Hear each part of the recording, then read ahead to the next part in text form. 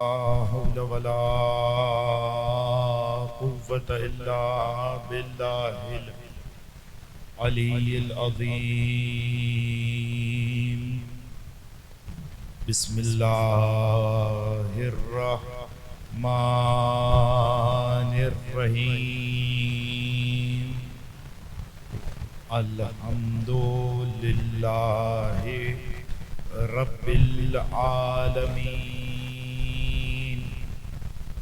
بارئ الخلائق اجمعین ثم الصلاة والسلام والتحیۃ والاکرام علی جمیع الانبیاء والمرسلین سیما خاتمہم وافضلہم ابی القاسم محمد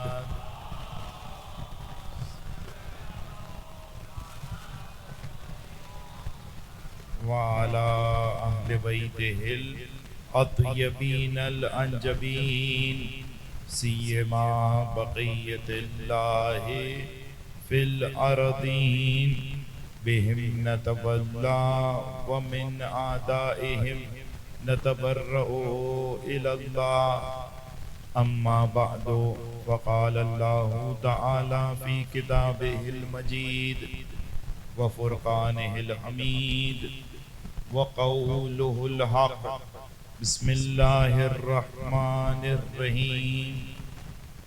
ألم تر كيف ضرب الله مثلا كلمة طيبة كشجرة طيبة أصلها ثابت وفرعها في السماء. صلوات.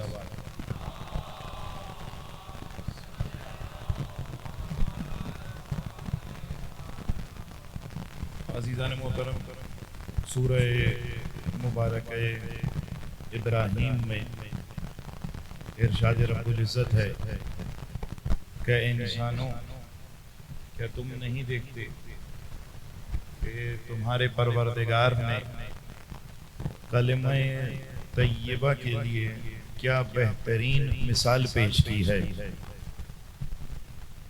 پروردگار عالم جو چیز بھی عطا کرے، کیا وہ مثال کی صورت میں ہو، کیا وہ انسان کی صورت میں ہو، وہ ہمیشہ بہترین ہوتا ہے. کیا نہیں دیکھتے پروردگار نے کلمہ طیبہ کے لیے کیا بہترین مثال پیش کی ہے کہ کلمہ طیبہ بالکل اس پاکیزہ درخت کی مانند ہے کہ جس کی جڑیں زمین میں محکم اور مضبوط ہیں اور جس کی شاخیں سدرۃ المنتہا تک پہنچی ہوئی ہیں. تو پروردگار عالم نے کلمہ طیبہ کو شجر طیبہ سے تمثیل دی ہے. اب اس آیت کے ذیل میں جب میں اس سلسلے مجالس کے لیے آمادگی کر رہا تھا تو میرے پاس موضوعات کے لحاظ سے دو آپشنز تھے کہ یا اس موضوع پر گفتگو کی جائے یا اس موضوع پر. پہلا موضوع جو میں نے اپنے ذہن میں آمادہ کیا تھا کہ ان سلسلے مجالس کے لیے میں اسے انتخاب کروں گا، وہ یہ تھا کہ چونکہ عشرہ جو ہے ایسا عشرہ ہے جس میں ہمارے چوتھے امام جناب سید الساجدین زین العابدین علیہ الصلوۃ والسلام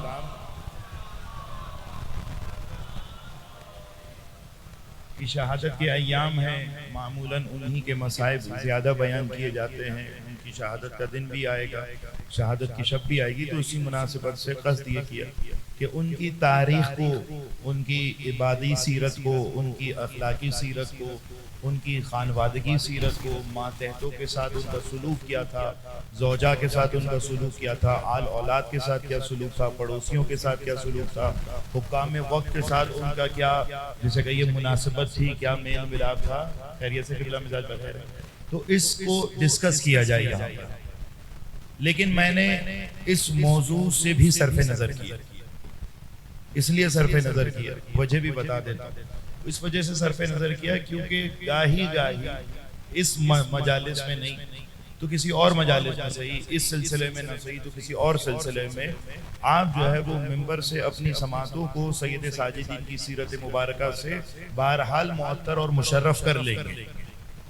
لیکن ایک اور موضوع جو میں نے اپنے مطالعات میں جس کی جمعآوری کی اور جسے آپ کہیے کہ ایک مکتب اہل بیت کا ایک ادنا اور حقیر پر تفسیر طالب علم ہونے کے ناطے تھوڑا سا جو میں نے مطالعات کیے اور اس میں اس مطلب کی جمعآوری کی، میں نے کہا کہ شاید چونکہ یہاں کی سماعتوں سے میں تقریباً 3-4 سالوں سے واقف ہوں، تو ان سماعتوں کے اعتبار سے اور ان سماعتوں پہ بھروسہ اور اعتماد کر کے میں نے اس موضوع کا انتخاب کیا.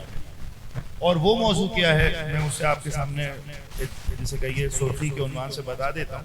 پھر جیسے جیسے گفتگو آگے بڑھے گی تو آپ خود محسوس کریں گے کہ موضوع کی کتنی ضرورت ہے، موضوع میں کتنی چاشنی ہے اور موضوع کی کس قدر اہمیت. وہ کیا ہے؟ وہ موضوع صرف سرخی کی حد تک بتا رہا ہوں.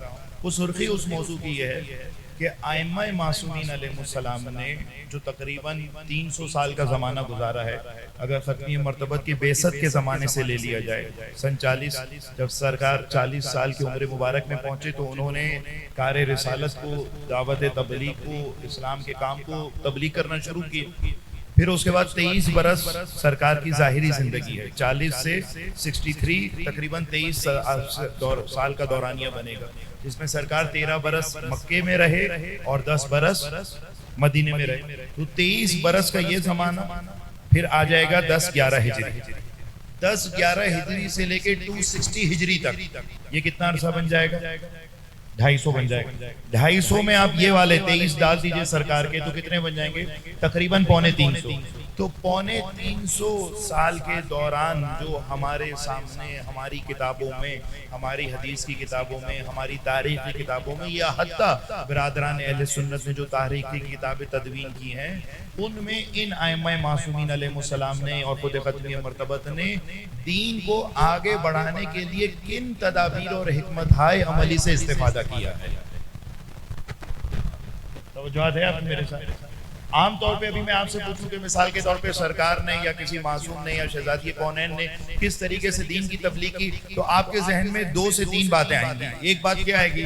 ایک بات آپ کہیں گے کہ انہوں نے لوگوں کو خطبہ دیا، لوگوں کے سامنے وعظ کیا، لوگوں کے سامنے نصیحتیں کی، لوگوں کے سامنے پیغام کو پہنچایا زبان کے ذریعے سے. ایک طبیعتاً یہ عنوان آئے گا. ایک عنوان آپ کے ذہن میں آئے گا کہ انہوں نے دین کی تبلیغ جو ہے وہ لوگوں کے ظلم سہ کے کی. ایک عنوان آئے گا کہ انہوں نے دین کی تبلیغ اپنے اعلیٰ کردار کو پیش کر کے کی. ایک عنوان آپ کے ذہن میں آئے گا کہ انہوں نے دین کی تبلیغ جو ہے وہ لوگوں کی مدد کر کے کی. تو یہ 3 سے 4 عناوین تو آپ کے ذہن میں آئیں گے اگر ہم اس فہرست کو ترتیب دیں. لیکن بہت سے اور بھی عناوین ہیں کہ جو ہمارے نوجوان دوستوں کو، ہمارے بڑوں کو، ہمارے بچوں کو از قبل معلوم ہونے چاہیے، تاکہ جب وہ کسی قومیات کے معاملے میں آئیں، کسی ملت کے کام کو سنبھالیں، امام بارگاہ کو سنبھالیں، انجمن کو سنبھالیں، کسی بھی عنوان سے، کسی بھی انداز سے دام درم سخن قدم دین کی تبلیغ کے بیڑے کو اٹھائیں. کیا وہ مولانا کی صورت میں، کیا سوستان کی صورت میں، کیا انجمن کے سربراہ کی صورت میں، کیا ٹرسٹی کی صورت میں، تو اس کو معلوم ہونا چاہیے کہ ائمہ معصومین علیہ السلام نے دین کی تبلیغ کن کن انداز سے کی، کن کن طریقوں سے کی، کن کن اسالیب سے کی، کن کن روشوں سے کی، تاکہ ان روشوں کو وہ انسان اپنے لیے اسوہ عمل بنا کے دین کی بہتر انداز سے تبلیغ کا کام انجام دے سکے. موضوع مشکل ہے، میں یہ بھی کہہ دیتا ہوں موضوع مشکل ہے، لیکن میں نے آپ کی، چونکہ میں 3-4 سال سے آپ لوگوں سے واقف ہوں، اس لیے ان سماعتوں پہ اعتماد کر کے میں نے اس موضوع کا انتخاب کیا ہے. لیکن اس موضوع کے کو قبل از ان کے میں شروع کروں، اس کے لیے میں ایک نقطہ ضرور آپ کے گوشزد کرنا چاہتا ہوں. ایک پہلے صلوات پڑھ دیجئے محمد والے محمد پر.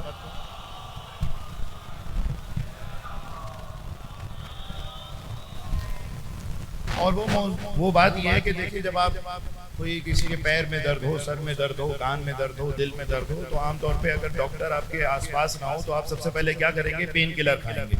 طبیعتاً یہی کریں گے نا. رات 2 بجے آپ کے سر میں درد ہو تو کسی ڈاکٹر تو آپ کو نہیں ملے گا، نہ آپ ڈاکٹر کے پاس جائیں گے. تو آپ کیا کریں گے؟ پین کلر کھائیں گے. تو پین کلر جب انسان کھاتا ہے نا، تو پین کلر کی خاصیت یہ ہوتی ہے کہ آپ نے جیسے ہی کھائی 10 منٹ، 15 منٹ، آدھے گھنٹے، 1 گھنٹے میں وہ اپنا اثر دکھا دیتی ہے.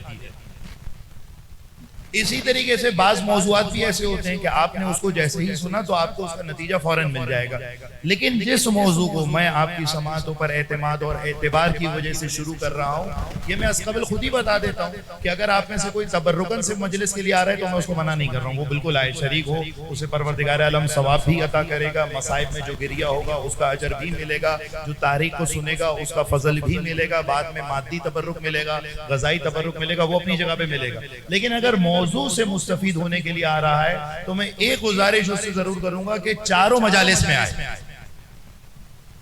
دیکھیں بہت تھوڑی سی میرا قد نہیں ہے کہ میں اتنی دانشورانہ بات کروں، لیکن صرف مکتب اہل بیت کے ایک ادنا طالب علم ہونے کے ناطے ہی یہ باتیں بتا رہا ہوں کہ آپ اس چاروں مجالس میں آئیں گے تبھی آپ کو وہ جو چار مجالس کے درمیان جو اس کا محتویٰ اور مواد ہے، جو ان کے درمیان باہمی ربط ہے، وہ ربط سمجھ آئے گا، اور اس ربط کو سمجھ آنے کے بعد آپ کو یہ بات سمجھ آئے گی کہ ائمہ علیہ السلام دین کے کس کام کو آگے بڑھا رہے تھے اور کیا حاصل کرنا چاہتے تھے، جس کے لیے انہوں نے ان روشوں سے استفادہ کیا۔ اب یقیناً کچھ روشیں ایسی ہوں گی، یہ بات بھی یہاں پہ کہنا غلط نہیں ہے، کہ کچھ روشیں ایسی ہوں گی جو آپ نے سنی ہوں گی لیکن ترتیب نہیں دے پائے ہوں گے آج تک، یعنی عنوان کے تحت آپ کو سمجھ نہیں آیا ہوگا کہ یہ روش وہاں استعمال ہو سکتی تھی۔ کچھ روش ایسی ہوں گی، اور کچھ روشیں آپ جب معصومین کی میں بڑے مستند کے ساتھ، حوالے کے ساتھ، دیکھ کر، پڑھ کر، پرکھ کر آپ کے سامنے جب مطالب بیان کروں گا، اور آپ خود مجھ سے پوچھنا چاہیں گے کہ قبلہ یہ مطلب آپ نے بیان کیا تو اس کا حوالہ کیا ہے، تو حوالہ جیب میں ساتھ رکھ کر اس بات کو بیان کروں گا، تو جب آپ سنیں گے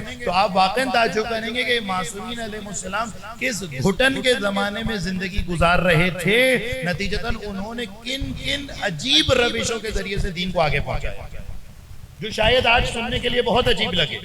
اس لیے کیونکہ میں آپ کو صرف بریکٹ میں اب یہ بات بتا دوں، وہ یہ کہ معمولاً ہمارے ممبروں سے، ہمارے مدارس میں، ہمارے حوزات میں، ہمارے مکاتب میں جو سنڈے، منڈے، سیٹرڈے کوئی بھی کلاس چل رہی ہوتی ہے، شب جمعہ کی مجلس ہوتی ہے، کسی مناسبت ولادت شہادت میں مجلس ہوتی ہے، تو ممبروں سے معمولاً جو اوائل کے ائمہ ہیں، یعنی شروع کے جو معصومین ہیں، ان کا تذکرہ تو پھر ہو جاتا ہے۔ ابھی میں آپ سے پوچھوں مولا متقین کی ولادت شہادت کب ہوئی ہے، وہ آپ کو پتا ہوگا، ان کے والد والدہ کا نام آپ کو پتا ہوگا، دوسرے تیسرے امام تک پتا ہوگا، لیکن چوتھے امام تک جیسے جیسے وہ سلسلہ امامت کی کڑیاں آگے بڑھتی جاتی ہیں، ہماری معلومات بھی گھٹتی چلی جاتی ہیں، اور یہ افسوس کا مقام ہے۔ اسی وجہ سے آپ دیکھیں گے کہ جب میں بھی موضوع اپنا شروع کروں گا آج کسی حد تک تبرکاً، آپ محسوس کریں گے کہ شروع کے ائمہ جن کے مصائب ہم ممبروں سے پڑھتے ہیں، جن پر ہم گریہ کرتے ہیں، کیا امام مجتبیٰ کی شخصیت، کیا سید سجاد کی شخصیت، کیا سید الشہداء کی شخصیت، کیا مولا متقیان کی شخصیت، ان کے مصائب کا مقام اور مرتبہ اپنے مقام پر محفوظ ہے، قطعاً اس کی میں نفی نہیں کر رہا ہوں، لیکن جیسے جیسے سلسلہ امامت کی کڑیاں آگے بڑھتی جا رہی ہیں، آپ محسوس کریں گے اور دیکھیں گے اور مشاہدہ کریں گے کہ ان پر جیسا ظلم ہوتا ہوا نظر آ رہا ہے، ویسے شروع کے اماموں پر ہوتا ہوا نظر نہیں آتا۔ میں صرف ایک فقرہ آپ کے سامنے بتا دوں، بیان کر دوں، تاکہ آپ کو میں اس ذہنی فضا میں آپ کو لے آؤں جس ذہنی فضا میں اپنے مطلب کو ڈیولپ کر رہا ہوں۔ وہ یہ دیکھیے، رسول گرامی کا وصال کتنے عمر مبارک میں ہوا؟ 63-64۔ مولا متقیان کا تقریباً یہی زمانہ، امام مجتبیٰ سید الشہداء کا بھی یہی زمانہ، 8ویں امام کی عمر مبارک شہادت کے وقت کتنی تھی؟ آگے میں نے کہا نا جیسے جیسے امامت کی کڑیاں آگے بڑھتی جائیں گی، ہماری معلومات بھی گھٹتی جائیں گی، تو 8ویں امام کا جو سن مبارک ہے شہادت کا وہ ہے 55 برس۔ 55 برس میں ہمارے 8ویں امام کی شہادت ہوئی۔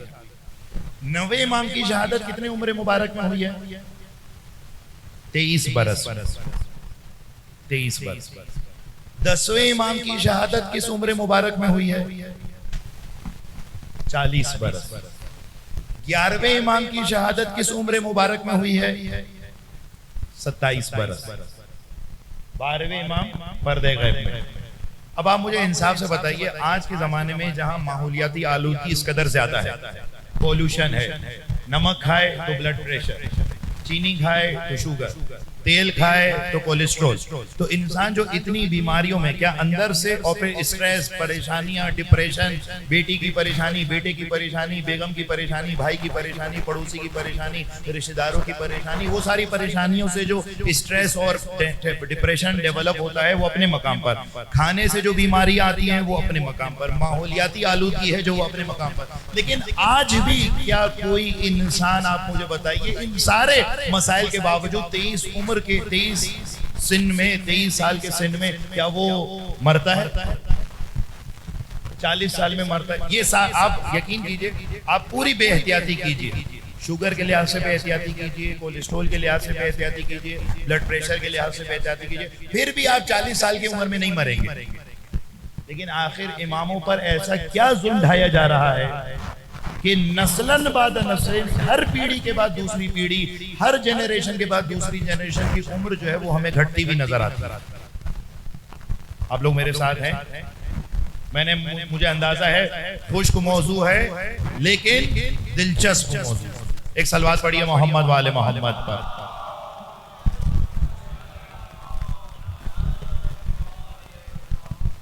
فہرست وار میں آپ کے سامنے پوائنٹس بتاتا ہوں, اس میں آپ دیکھیے کہ ائمہ نے کن کن تدابیر کے ذریعے سے اپنے دین کو آگے پہنچایا.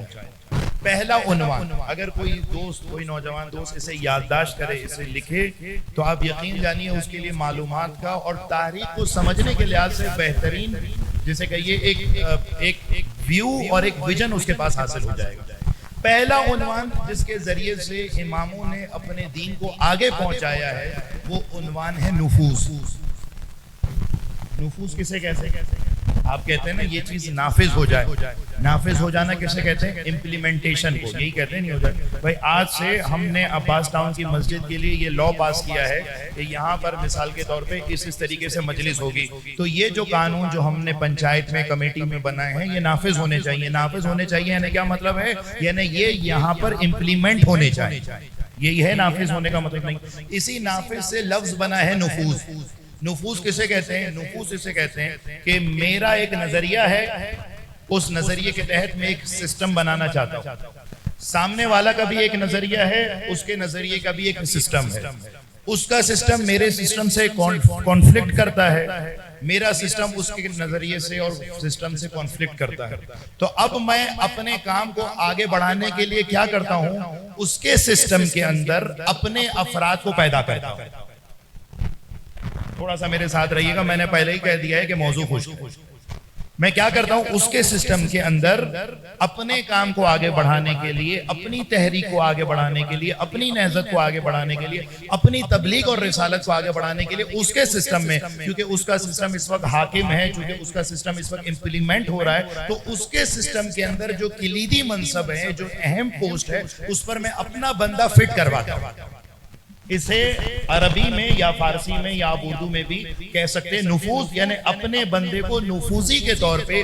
اس کو جاسوس نہیں کہا جائے گا. جاسوس کسے کہتے ہیں؟ جاسوس اسے کہتے ہیں کہ وہاں پر ایک بندہ ہے, وہ آپ کو وہاں کی اطلاعات دے رہا ہے, اسے کہا جاتا ہے جاسوس. جاسوس کی بات نہیں کر رہا. نفوذ یعنی میرا بندہ ہو, کام اس کے سسٹم میں کر رہا ہو, لیکن میرے مفادات کا تحفظ کرے, بجائے یہ کہ اس کے مفادات کا تحفظ کرے. اب میں ان مثالوں کو آج کے زمانے میں اگر تطبیق دینا شروع کروں گا تو پولیس مجھے بھی دھر لے گی, آپ کو بھی دھر لے گی. لہٰذا میں بڑے احتیاط کے ساتھ صرف تحریک کو آپ کے سامنے بیان کروں کہ امام نے اپنے کام کو آگے بڑھانے کے لیے, اپنے کار تبلیغ کو آگے بڑھانے کے لیے جس پہلی روش سے استفادہ کیا, جو میں آپ کے سامنے بیان کر رہا ہوں, وہ ہے نفوذ.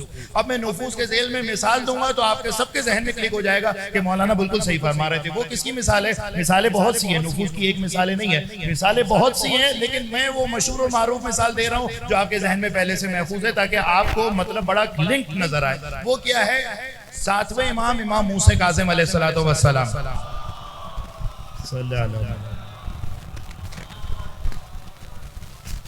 کے صحابی ہیں جن کا نام ہے علی بن یقطین.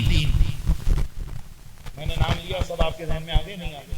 اب علی بن یقطین کون ہے؟ 7ویں امام کا زمانہ سب سے زیادہ تقیہ کا زمانہ ہے, یعنی اتنا سخت زمانہ ہے, اتنا کٹھن زمانہ ہے کہ آپ کو کسی امام کے زمانے میں یہ بات نظر نہیں آئے گی کہ اس نے اپنے جانشین کے نام کو مخفی کیا ہو. یعنی عالم یہ ہے کہ حتیٰ سید الشہداء علیہ السلام نے جب واقع کربلا میں اتنا کٹھن زمانہ دیکھا, تشنگی صحیح, اسارت صحیح, شہادت صحیح, پورا کنبہ لٹ گیا, پورے گلشن میں خزاں آ گئی, سارے مصائب اپنے مقام پر محفوظ, لیکن سب لوگوں کو معلوم تھا کہ ان کا جانشین کون ہے. چوتھے امام. کہیں یہ بات مخفی نہیں رکھی گئی تھی کہ چوتھے امام جو ہے وہ ان کے جانشین نہیں ہے، سب کو یہ بات معلوم تھی. لیکن چھٹے سرکار کے اختتامی ایام جو سرکار کی شہادت کے قریب کا زمانہ اور ساتویں امام کا مکمل امامت کا زمانہ اتنا کٹھن زمانہ تھا کہ چھٹا امام اتنا مجبور تھا کہ اگر وہ ساتویں امام کا نام بھی امامت کے لیے ڈیفائن اور لوگوں کو نہیں بتا سکتا تھا. یعنی منصور دوانقی نے چھٹے امام کا جو قاتل ہے جب سرکار کو زہر دیا ہے تو منصور دوانقی نے ایک مرتبہ سرکار کو زہر دے دیا. والی مدینہ کو خط لکھا کہ مجھے یہ بتاؤ کہ جعفر صادق نے اپنے بعد کس کو شیعوں کا امام اور ریپرزنٹیٹیو اور امام اور وسیع بنایا ہے. تو جب والی مدینہ نے اپنے جاسوسوں کے ذریعے سے معلوم کرنا شروع کیا کہ کسے وسیع بنایا ہے کسے اپنا جانشین بنایا تو معلوم ہوا کہ چھٹے سرکار نے 5 لوگوں کو نومینیٹ کیا ہے. پہلا بندہ کون؟ پہلا بندہ چھٹے سرکار نے خود منصور دوانقی کو اپنا جانشین بنایا ہے. دوسرا ریپرزنٹیٹیو کون؟ والی مدینہ سلیمان کو اپنا ریپرزنٹیٹیو بنایا ہے. تیسرا کون؟ اپنی زوجہ جناب حمیدہ خاتون کو اپنا امام بنایا ہے. چوتھا کون؟ اپنے بڑے بیٹے جناب عبداللہ افتح کو اپنا جانشین بنایا ہے. اور 5ویں کون؟ یعنی ہمارے امام باب الحوائج امام ہفتم کو اپنا ریپرزنٹیٹیو بنایا ہے. اب جب منصور دوانقی سلیمان کا یہ خط منصور دوانقی کے پاس ملا، منصور دوانقی نے پڑھ کر دیکھا کہ بھئی انہوں نے تو خود مجھے ہی اپنا ریپرزنٹیٹیو بنایا ہے، مجھے ہی شیعوں کا امام بنا دیا ہے، تو خود کو تو قتل نہیں کر سکتا تھا، والی مدینہ کو تو قتل نہیں کر سکتا تھا. تو اس طریقے سے چھٹے سرکار نے 7ویں امام کی امامت کو مخفی رکھا.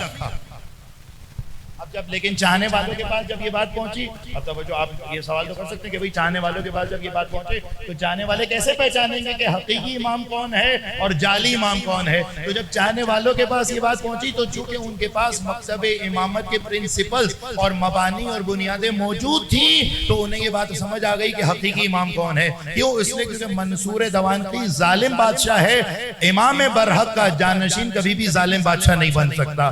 والدین کا والی سلیمان چونکہ ظالم بادشاہ کا کارندہ ہے تو ظالم بادشاہ کا کارندہ بھی کبھی امام برحق کا جانشین نہیں بن سکتا. حمیدہ خاتون واجب الاحترام شخصیت ہے لیکن چونکہ خاتون ہے اور خاتون میں امامت نہیں جا سکتی اس لیے حمیدہ خاتون بھی امام نہیں بن سکتی. امام کا بڑا فرزند عبداللہ افتح چونکہ پیر کے لحاظ سے ایک بیماری میں مبتلا تھا اور امام برحق کا جانشین کبھی بھی بیمار نہیں ہو سکتا، جسمانی طور پہ عیبدار نہیں ہو سکتا، لہٰذا اس پہ بھی کراس لگا. جب چاروں شخصیات پہ کراس لگ گیا کہ یہ امام نہیں ہو سکتے تو امر امامت منحصر ہو گیا ہمارے 7ویں امام امام موسیٰ کاظم علیہ السلام.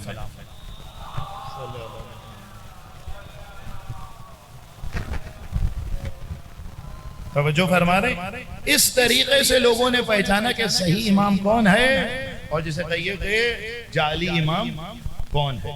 اب امام کا 7ویں امام کا یہ کٹھن زمانہ تو اس میں امام نے جو ایک ٹیکنیک استعمال کی اپنے کام کو آگے بڑھانے کے لیے وہ ہے نفوذ. اب نفوذ میں سرکار نے کسے اپنا نفوذی بنایا؟ نفوذی بنایا ہے علی بن یقطین کو. اب میں علی بن یقطین کی آپ کو اس زمانے کا صرف منصب بتا دوں تو آپ حیران رہ جائیں گے کہ امام کی سوچ کتنا دور اندیشی کے ساتھ کام کر رہی ہے.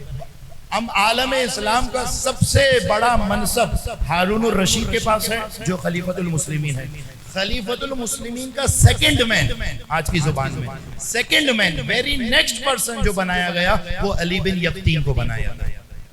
یعنی دربار کے اندر امر مملکت کے اندر سیاست کے اندر اس زمانے کی بساط حکومت کے اندر جو سیکنڈ جو دوسرا کلیدی ترین منصب ہے وہ کس کے مفادات کا تحفظ کر رہا ہے؟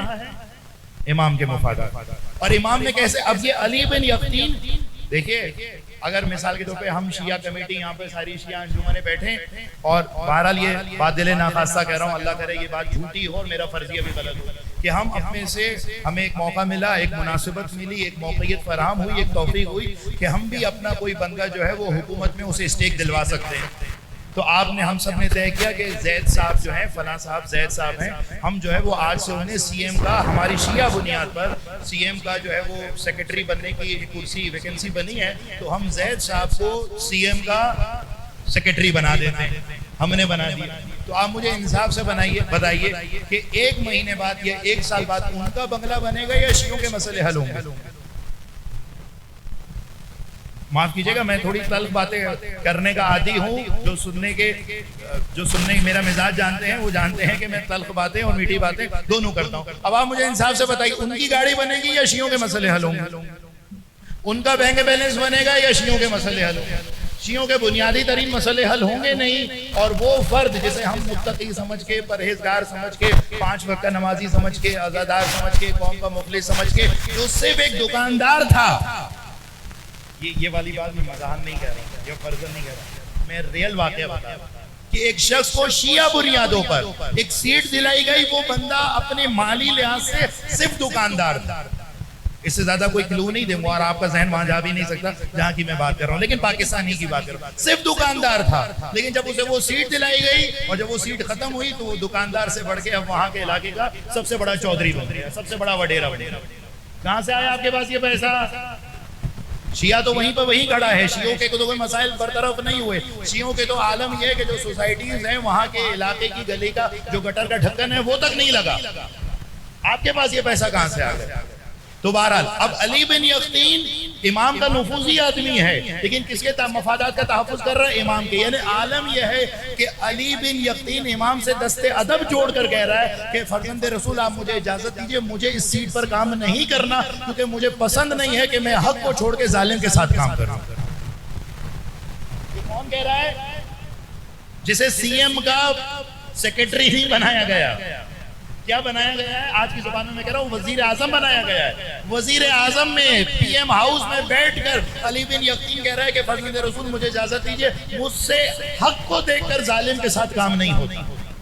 ایک مرتبہ امام نے کہا کہ علی بن یقطین ہم تمہیں کسی طور اجازت نہیں دیتے کہ تم اس سیٹ کو چھوڑو. کیوں؟ کیونکہ تب تک تم سیٹ پر بیٹھے ہوئے ہو تو تم ہمارے لیے مائے انس ہو اور ہمارے چاہنے والوں کے لیے باعث کرامت ہو. جو اس سیٹ پر بیٹھے ہو تم ہمارے لیے مائے انس ہو. اب کیسے امام نے کیسے ان کا پروٹیکشن کیا؟ اب ایک زمانے میں اس بغداد میں چکے پائے تخت جو تھا کیپٹل تھا بنی عباس کا وہ بغداد میں تھا. تو بنی بغداد میں شیعہ علماء کے درمیان بحث چھڑ گئی کہ بھئی وضو کرنے کا طریقہ کیا ہے، کہ آیا جب مسح کرنا ہوتا ہے پیر کا تو اپنے انگلیوں سے ابھار کی طرف جانا ہے یا ابھار سے انگلیوں کی طرف جانا ہے، یعنی نیچے سے اوپر کرنا ہے یا اوپر سے نیچے کرنا ہے. تو علی بن یقطین نے 7ویں سرکار کو خط لکھا اور خط لکھ کے معلوم کیا کہ سرکار مجھے بتائیے کہ میں وضو کیسے کروں. تو 7ویں سرکار نے کہا کہ علی بن یقطین تم سارے شیعوں کو چھوڑ دو، جیسے میں تمہیں وضو کرنے کا بتا رہا ہوں ویسے کرو. سرکار کیسے وضو کرو؟ 7ویں سرکار نے اسے خط لکھا، کہا ایسے وضو کیا کرو کہ سب سے پہلے تم جو ہے وہ اپنے چہرے کو دھو، چہرے کو دھونے کے بعد جو ہے وہ تم ہاتھوں کو دھو، لیکن ہاتھوں کو نیچے سے اوپر کی جانب دھونا، کوہنی یہ کلائی سے کوہنی کی جانب دھونا. اور پھر اس کے بعد تم کانوں کا مسح کرنا، کانوں کے اندر کا بھی مسح کرنا، کانوں کے باہر کا بھی مسح کرنا، پھر پورے سر کا مسح کرنا، سر کے ایک حصے کا نہیں، پورے سر کا مسح کرنا، اور پھر آخر میں اپنے پیروں کو دھونا.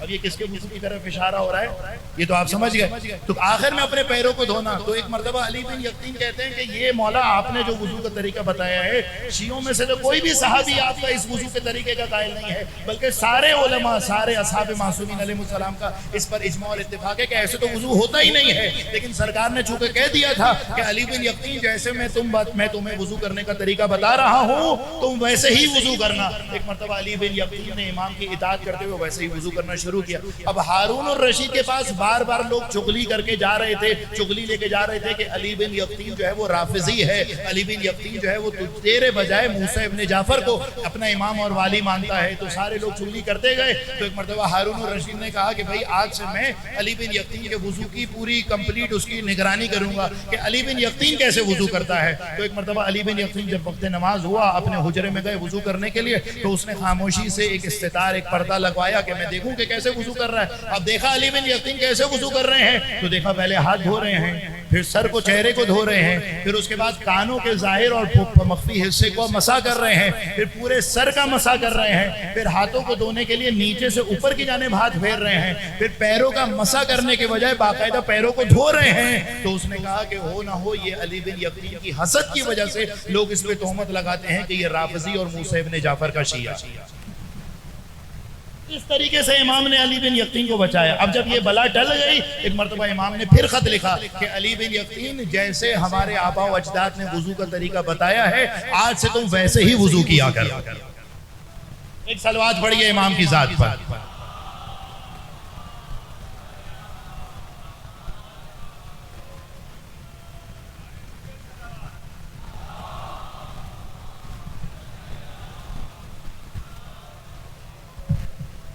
غور فرما رہے، نفوذ امام کا بندہ امام کے مفادات کا تحفظ کر رہا ہے۔ اب تین کام نفوذ کے ذریعے سے امام نے علی بن یقین سے لیے۔ اب یقین جانیے میں تین عناوین کو بیان کروں تو پوری ایک مجلس اسی میں ہو جائے گی، لہذا میں صرف سرخی بتا کے اپنے دوسرے عنوان میں چلا جاؤں گا نفوذ کے بعد۔ امام نے تین طرح کے کام علی بن یقین سے لیے۔ پہلا کام کیا لیا؟ پہلا کام امام نے جو اس نفوذ سے فائدہ اٹھایا وہ یہ اٹھایا کہ امام دربار کی اطلاعات لیا کرتے تھے۔ ہمارے ساتویں امام کے زمانے میں شیعوں کے اندر ایک بہت بڑا قیام ہوا ہے، جس قیام کو کہا جاتا ہے قیام حسین ابن علی شہید فخر۔ جس طریقے سے آپ نے سید الشہداء کا قیام سنا ہے ممبروں سے، مصائب میں، تحریق باب میں اسے بہت بیان کیے جاتے ہیں۔ پھر اسی طریقے سے دوسرا قیام جو شیعوں میں سب سے معروف قیام ہوا وہ تھا قیام زید شہید، جناب زید شہید نے جو قیام کیا، یہ دوسرا قیام۔ تیسرا جو سب سے بڑا قیام، شیعوں کے اندر بار بار مسلسل قیام ہوتے رہے اور اسی قیامات ہی کا نتیجہ تھا کہ جس کی وجہ سے مامون الرشید نے 8ویں امام کو ولی عہدی دی۔ اب یہ صرف ایک بات کہہ کے میں گزر گئے، مسلسل قیام ہوتے رہے، لیکن جسے کہیے جو بڑے قیام تھے اس میں سے ایک سید الشہداء کا قیام تھا، دوسرا بڑا قیام جو تھا وہ جناب زید شہید کا قیام تھا، اور تیسرا بڑا جو قیام تھا وہ جناب حسین ابن علی شہید فخر کا قیام تھا۔ یہ ان کا نام بھی حسین ابن علی تھا اور ان کے ساتھ بھی 72 افراد ہی تقریباً شہید ہوئے تھے۔ اور 9ویں امام کی حدیث ہے کہ جس میں سرکار فرماتے ہیں کہ واقع کربلا کے بعد سب سے زیادہ جس چیز نے ہمیں داغدار کیا وہ حسین ابن علی شہید فخر کے قیام نے ہمیں داغدار کیا۔ تو یہ انہوں نے قیام کیا 7ویں امام کی اجازت سے، 7ویں امام کے مشورے سے، اور پھر اس کے بعد ان کا قیام ظاہری طور پہ ناکام ہوا، بڑی تعداد میں سادات جو ہے وہ شہید ہو گئے۔ تو موسیٰ ابن مہدی جو اس زمانے کا حاکم وقت تھا بنی عباس کا، اس نے کہا کہ جب سارے شہیدوں کے سر آئے اور جو اسیر ہو کر آئے تو حکم دیا کہ سارے اسیروں کے گلے کو کاٹ کے انہیں بھی نیزے پر لٹکا دیا جائے۔ تو جو شہید تھے وہ بھی شہید ہو گئے، جو اسیر تھے انہیں بھی شہید کر دیا گیا۔ تو ایک مرتبہ اس نے بحث کی موسیٰ ابن مہدی نے کہ بھئی یہ حسین ابن علی شہید فخر نے جو قیام کیا تھا یہ کس کے کہنے پر کیا تھا؟ جب اس نے معلومات لی، اطلاعات حاصل کی تو معلوم ہوا کہ بنی ہاشم کا آج جو سربراہ ہے وہ باب الحوائج امام ہفتم ہے۔ تو اس نے اپنے والی کو لکھا کہ تم جاؤ اور باب الحوائج یعنی امام ہفتم کا بھی گلا کاٹ کے، کیونکہ ان کے کہنے پر یہ قیام ہوا تھا لہٰذا ان کا بھی گلا کاٹ کے لے کر آ جاؤ۔ تو علی بن یقین نے یہ دربار کی ساری موومنٹس کو نوٹ کر رہے تھے، خبروں کو کنٹرول کر رہے تھے، تو ساری اطلاعات جمع کی، ساری اطلاعات فوراً امام ہفتم کو پہنچی۔ لہٰذا امام اس نفوذی کے ذریعے سے پہلا کام کیا لے رہے تھے؟ اطلاعات کی جمع کری۔ دوسرا کام کیا لے رہے تھے؟ دوسرا کام شیعوں کی مدد کروانا۔ یعنی علی بن یقین کی عادت تھی کہ ہر سال حکومتی خزانے پر شیعوں کو حج پہ بھیجا کرتے تھے، اور اس حج کے بھیجنے میں توجہات ہیں آپ کی میرے ساتھ، حج کے بھیجنے میں، حج کے کور میں، حج بھیجنے کے کور میں شیعوں کی مالی امداد کیا کرتے تھے۔ یہ دوسرا کام۔ تیسرا کام خود یہ بہت بڑے مالی رقم خزانے کے ذریعے سے امام کو پہنچایا کرتے تھے کہ یہاں تک کہ مدینے کے باہر بطن الرمہ کا ایک مقام، ایک جگہ ہے، وہاں پر علی بن یقین نے اپنے 2 خاص افراد کو بھیجا بہت ساری مالی رقم کے ساتھ۔ وہ مالی رقم امام کو انہوں نے دی، امام نے خطوط کے جواب دیے، کہا کہ یہ جواب علی بن یقین کو پہنچا دو۔ تو پہلا کام جو نفوذ کے ذریعے سے امام نے حاصل کیا وہ اطلاعات کی جمع کری۔ دوسرا کام جو امام نے حاصل کیا وہ شیعوں کی مدد۔ تیسرا کام جو امام نے حاصل کیا وہ خود اپنے لیے امام نے علی بن یقین کے ذریعے سے اپنے لیے مالی گشائش کو حاصل کیا۔ اب اسی ذیل میں واقعے کو نہیں صرف حوالہ دے رہا ہوں، آپ سبھی نے علی بن یقین کا وہ واقعہ سنا ہوگا جب ایک شیعہ ان کے پاس گیا، انہوں نے جواب نہیں دیا، امام ان سے ناراض ہو گئے علی بن یقین سے، اور پھر اس کے بعد علی بن یقین نے اس شیعہ سے کہا کہ چونکہ امام مجھ سے ناراض ہو گئے ہیں لہٰذا تو اپنا پیر میرے رخسار پہ رکھ، تیرے پیر کی دھول میرے رخسار پر آئے تاکہ اس ذریعے سے امام میری مغفرت اور امام مجھے معاف کر دے۔ بہت یہ واقعہ آپ کے چونکہ آپ سنتے رہتے ہوں گے اس لیے اس واقعے کی ڈیٹیل بیان کیے بغیر میں گزر رہا ہوں۔ تو امام نے اس طریقے سے مختلف کاموں کو نفوذ کے عنوان کے ذریعے سے حاصل کیا۔ لہٰذا یہ پہلی تدبیر جو امام نے قار تبلیغ کو آگے بڑھانے کے لیے جس روش اور جس اسلوب کو اپنایا ہے، یہ پہلا عنوان کیا ہے؟ نفوذ۔ دوسرا عنوان آپ کے لیے بہت دلچسپ ہے، وہ کیا ہے؟ وہ ہے، میں بس 5 سے 10 منٹ اور لوں گا پھر انشاءاللہ گفتگو کو اختتام تک پہنچا دوں گا۔ دوسرا عنوان وہ ہے جنون۔ جنون سمجھتے ہیں کسے کہتے ہیں جنون؟ دیوانگی کو، پاگل پنے کو، دیوانگی کو۔ آپ سبھی نے ایک شخصیت کا نام سنا ہوگا بہلول دانا کا۔ ہم اسے بہلول کہہ رہے ہوتے ہیں یا بہلول کہہ رہے ہوتے ہیں، وہ ہمارا تلفظ ہے، لیکن درست تلفظ جو ہے وہ بہلول ہے، بے پر پیش کے ساتھ۔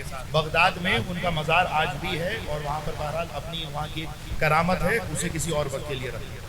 بہلول دانا کے بارے میں جو آپ نے واقعات پڑھے ہیں، جو روایتیں پڑھی ہیں، جو داستانیں سنی ہیں، اس میں کیا کردار آپ کے ذہن میں ہے کہ بہلول جو ہے وہ کوئی ایک دیوانہ، ایک پاگل مزاج آدمی ہے لیکن حکمت بھری باتیں کرتا ہے، یہی آپ کے ذہن میں ان کا امیج ہے؟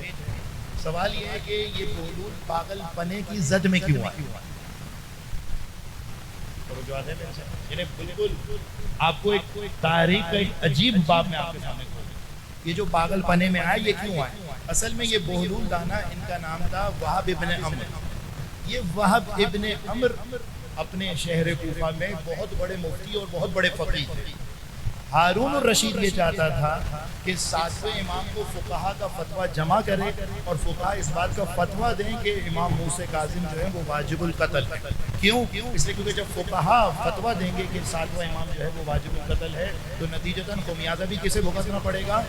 فقہا کو۔ نتیجتاً جو دباؤ امام کی شہادت کے بعد آئے گا وہ اس پر نہیں آئے گا بلکہ فقہا کرام پر آئے گا۔ تو اس نے جناب وہب ابن عمر، جن کا نام بعد میں بہلول دانا کی صورت میں آیا، جناب وہب ابن عمر کو خط لکھا اور کہا کہ میں حاکم وقت تمہیں حکم دے رہا ہوں کہ تم ساتویں امام یعنی موسیٰ کاظم کے خلاف قتل کا فتویٰ دو۔ تو اب یہ چونکہ ساتویں امام کے پیروکار تھے، ساتویں امام کے صحابی تھے، ساتویں امام کے چاہنے والے تھے، بیچارے پریشان ہوئے، مضطرب ہوئے، انہوں نے کہا میں کروں تو کیا کروں؟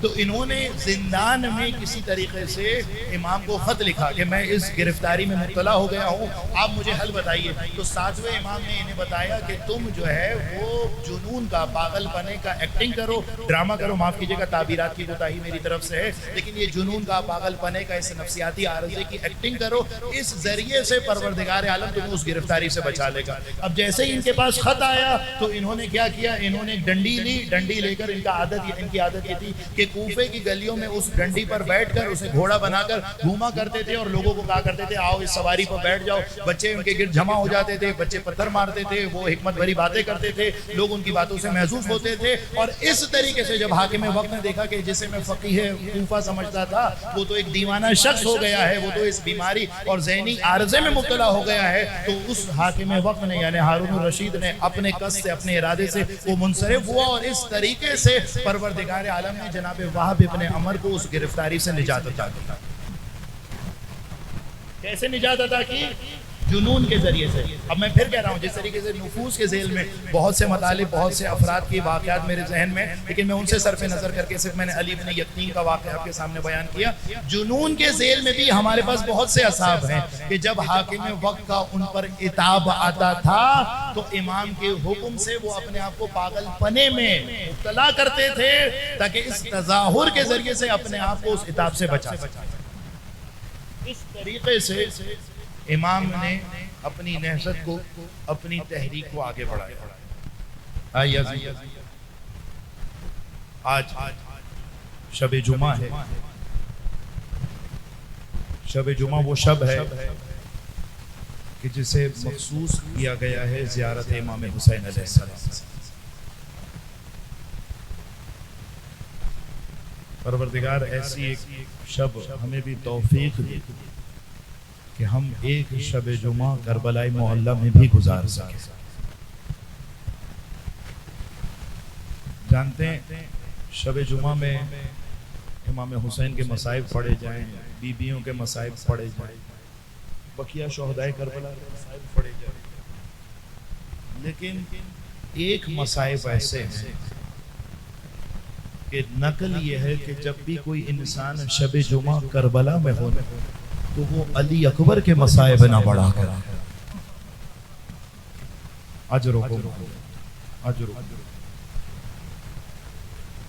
مالی سبتین میں مرحوم مہدی معظم درانی اس مطلب کو نقل کرتے ہیں کہ عباس چاوشی ایک بہت بڑا ذاکر تھا، کربلا گیا، اس کے کاروان والوں نے کہا کہ عباس چاوشی آج شب جمعہ ہم حسین ابن علی کی زہری کے پاس کھڑے ہیں، تو جس طریقے سے تم شہر میں نوحے پڑھا کرتے تھے آج بھی کوئی نوحہ پڑھو۔ تو یہ عباس چاوشی کہتے ہیں کہ میں نے اپنی ڈائری نکالی، اس میں علی اکبر کا نوحہ آیا. میں نے علی اکبر کا نوحہ پڑھ دیا. جب ہم رات کو مسافر خانے میں استراحت کے لیے آئے تو میں نے خواب میں حسین ابن علی کی زیارت کی. جانتے ہو حسین ابن علی اس ذاکر سے کیا کہتے ہیں؟ حسین ابن علی کہتے ہیں کہ عباس چاوشی جب بھی تو شب جمعہ کربلا میں آیا کرنا تو علی اکبر کے مصائب نہ پڑھا کر. کہا مولا کیوں آپ کہہ رہے ہیں کہ علی اکبر کے مصائب نہ پڑھا کروں؟ کہا اس لیے کیونکہ جب شب جمعہ ہوتی ہے تو میری ماں بقیے سے کربلا آ جاتی ہے. جب میری ماں آ جاتی ہے تو اس سے علی اکبر کے مصائب تحمل نہیں ہوتے. اجرکم کربلا کا واحد شہید علی اکبر ہے کہ جب حسین سے جہاد کی اجازت لینے کے لیے آیا ہے نا تو حسین نے کہا تقدم ولدی، بیٹا آگے بڑھو، نانا رسول اللہ تمہیں سیراب کرائیں گے. علی اکبر قاسم کو روکا ہے حسین ابن علی نے، اون محمد کو روکا ہے، عباس کو روکا ہے، حر کو روکا ہے، لیکن تاریخ میں نہیں نظر آتا کہ علی اکبر جب جہاد کی اجازت مانگنے آئے ہو تو انہیں روکا. ہاں ایک فکرہ کہا ہے کہ علی اکبر جاتے ہو تو جاؤ لیکن جانے سے پہلے اپنی پھوپھی اماں سے اجازت لے لو، اپنی پھوپھی اماں سے اجازت لے لو. ایک مرتبہ علی اکبر خیمے میں آئے اپنی پھوپھی اماں سے اجازت لینے کے لیے. مقتل لکھتا ہے کہ در خیمہ سے پردہ بار بار اٹھتا تھا، پردہ بار بار گرتا تھا، ایسا لگتا تھا جیسے کوئی جنازہ ہو جو گھر سے رخصت ہو رہا. اجرکم علی اللہ، ایسا لگتا تھا جیسے کوئی جنازہ ہو جو رخصت ہو رہا. بس صرف ایک منظر علی اکبر کا بیان کروں گا اور آپ سے دعا لوں گا. جانتے ہیں علی اکبر جب لڑتے دیکھیں 3 دن کے پیاسے تھے علی اکبر. 3 دن کا پیاسا کب تک لڑتا؟ مقتل لہوف میں خدا کی قسم کھا کے کہتا ہوں کہ اللہ کرے یہ روایت جھوٹی ہو، اس لیے کیونکہ ایسی روایت ہے کہ کسی صاحب اولاد سے یہ روایت سنی نہیں جائے گی. مقتل لہوف میں سید ابن طاؤس علی اکبر کا مقتل ایسے بیان کرتے ہیں کہ علی اکبر بار بار رجس پڑھتے جاتے تھے، بار بار لڑتے جاتے تھے کہ ایک لعین نے پشت علی اکبر پر نیزے کا وار کیا. جب نیزے کا وار کیا تو علی اکبر سے راہوار پہ سنبھلا نہ گیا. علی اکبر نے اپنے ہاتھوں کو ذوالجناح کی گردن پہ گرا دیا. اتنا تیزی سے علی اکبر سے خون گر رہا تھا کہ ذوالجناح کی آنکھوں پہ وہ سارا خون اتر آیا. عرب کا دستور یہ تھا کہ جب بھی کوئی سوار ایک مرتبہ ذوالجناح کی گردن پر جب اپنے ہاتھ رکھ دیتا تھا تو یہ دستور تھا ذوالجناح کو کہ اب تجھے اعداء کی طرف پڑھ پڑھ کے حملہ کرنا ہے. ارے علی اکبر نے جیسے ہی اپنے ہاتھوں کو ذوالجناح کی گردن پر گرایا، ذوالجناح یہ سمجھا کہ صف اعداء میں جانا ہے. صف اعداء میں ذوالجناح علی اکبر کو لے کے چلا. ارے جب بھاگتی ہوئی فوجوں نے علی اکبر کو دیکھا جس کے ہاتھ میں جو تھا پشت علی اکبر پہ مارا. کسی نے نیزہ مارا، کسی نے برچی ماری، کسی نے پتھر مارا. اللہ علی القوم الظالمین وسیعلم الذین ظلموا ای منقلب ینقلبون. پروردگار ہمارے آنسو کو رومال عزت زہرا میں جگہ نصیب فرما. پروردگار ہماری عبادت و طاعت کو اپنی بارگاہ میں قبول و منظور فرما. شب جمعہ ہے، بس ایک جملہ اور سن لیجیے، وہ یہ کہ مقتل لہوف میں سید ابن طاؤس کہتے ہیں جب علی اکبر کو وہ راہوار صف اعداء میں لے آیا تو علی اکبر اربن اربا ہو گئے. جانتے ہیں اربن اربا عربی میں کسے کہتے ہیں؟ علماء تفسیر کرتے ہیں اربن اربا. اربن اربا تصور کیجئے ایک پھول کی ٹہنی لیجئے، اس پھول کی ٹہنی سے جب آپ اس کی پتیوں کو پھول سے جدا کرتے ہیں تو اسے عربی زبان میں اربن اربا کہا جاتا ہے. نہ جانے حسین کا لال جب اعداء کی صف میں آیا تو انہوں نے حسین علی اکبر کے کتنے ٹکڑے کیے کہ لاش اربن اربا ہو گئی. پروردگار تجھے علی اکبر کا واسطہ دیتے، ان کی مظلومیت کا واسطہ دیتے ہیں. ہمارے نوجوانوں کو دین مبین اسلام پر عمل پیرا ہونے کی توفیق عنایت فرما. پروردگار جو مومنین پریشان حال ہے ان کی پریشانیوں کو برطرف فرما. جو بیمار صاحب العلاج لا علاج بیماری میں مبتلا ہے انہیں صحت یابی عنایت فرما. پروردگار اپنی آخری حجت کے ظہور میں تعجیل فرما. ہمیں ان کے احوان انصار مددگاروں میں شمار فرما. ماتم حسین.